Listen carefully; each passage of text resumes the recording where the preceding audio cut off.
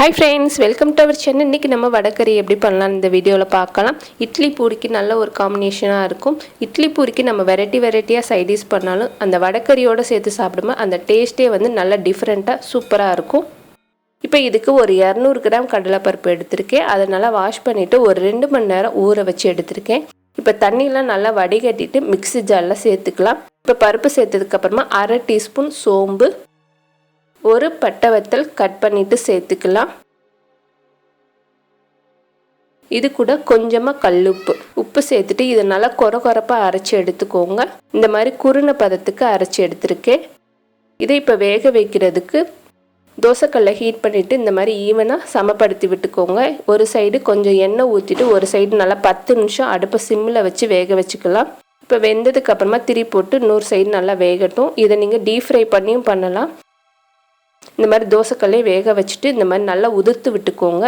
இதுக்கு பதிலாக நீங்கள் பெரிய பீஸாக கட் பண்ணிவிட்டு மிக்சியில் போட்டு ஒரு சுற்றிட்டிங்கன்னா நல்லா ஒரு குருணை பதத்துக்கு வந்துடும். அடுத்து நம்ம தாளிக்கிறதுக்கு கடாய் ஹீட் பண்ணிவிட்டு ஒரு 3 டேபிள் ஸ்பூன் அளவுக்கு கடலெண்ணெய் சேர்த்துருக்கேன். ஆயில் நல்லா ஹீட் ஆனதுக்கப்புறமா 1/2 டீஸ்பூன் சோம்பு. இப்போ சோம்பு சேர்த்துட்டு இது கூட 2 பீஸ் பட்டை, 3 பீஸ் கிராம்பு, 2 பிரிஞ்சி இலை, கொஞ்சமாக கல்பாசி, இது எல்லாத்தையும் சேர்த்துக்கலாம். வடகறிக்கு எப்பவுமே இந்த மாதிரி ஸ்பைசஸ் சேர்க்கும்போது இன்னும் கொஞ்சம் ஃப்ளேவராகவும் டேஸ்ட்டாகவும் இருக்கும். இப்போ இது எல்லாமே நல்லா பொரியட்டும். இப்போ நல்லா பொரிஞ்சதுக்கப்புறமா இது கூட 2 பச்சை மிளகா கட் பண்ணிவிட்டு சேர்த்துருக்கேன். எப்பவுமே வடகறிக்கு வெங்காயம் அதிகமாக சேருங்க, அப்போ தான் டேஸ்ட் நல்லாயிருக்கும். நான் ஒரு பெரிய சைஸாக 2 வெங்காயம், பெரிய வெங்காயத்தை பொடியாக கட் பண்ணிவிட்டு சேர்த்துருக்கேன். இப்போ வெங்காயம் சேர்த்துட்டு இது நல்லா ஓரளவுக்கு வதங்கட்டும்.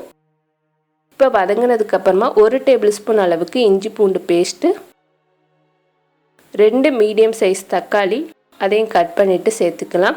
இப்போ தக்காளி வதங்குறதுக்கு கொஞ்சமாக உப்பு சேர்த்துட்டிங்கன்னா தக்காளி சீக்கிரமாகவே வதங்கிடும். இப்போ நல்லா மிக்ஸ் பண்ணதுக்கப்புறமா இதை மூடி போட்டு ஹை ஃப்ளேமில் வச்சுட்டு அப்பப்போ கலந்து விடும்போது தக்காளி சீக்கிரமாகவே வதங்கிடும். இப்போ பார்த்தீங்கன்னா தக்காளி நல்லா வதங்கி எண்ணெய் பிரிய ஆரம்பிச்சிருச்சு. இந்த அளவுக்கு வதக்கிக்கோங்க.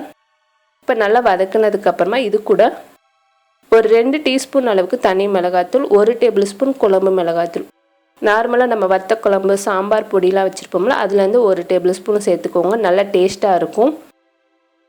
இப்போ இதெல்லாம் நல்லா கலந்ததுக்கப்புறமா இது கூட ஒரு 2.5 கப் அளவுக்கு தண்ணி சேர்த்துருக்கேன்.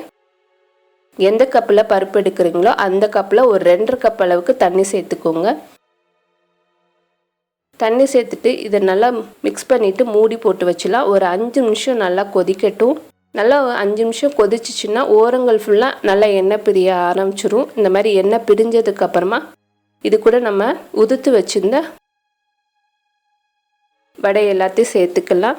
நீங்கள் இதை டீப் ஃப்ரை பண்ணியும் பண்ணலாம், ஆவியில் வேக வச்சும் பண்ணலாம். அதே போல் தோசைக்கல்லில் போட்டு பண்ணும்போது எண்ணெய் கம்மியாக இருக்கும். நீங்கள் டீப் ஃப்ரை பண்ணி சேர்க்குறதுனாலும் நல்லா டேஸ்ட்டாக இருக்கும்.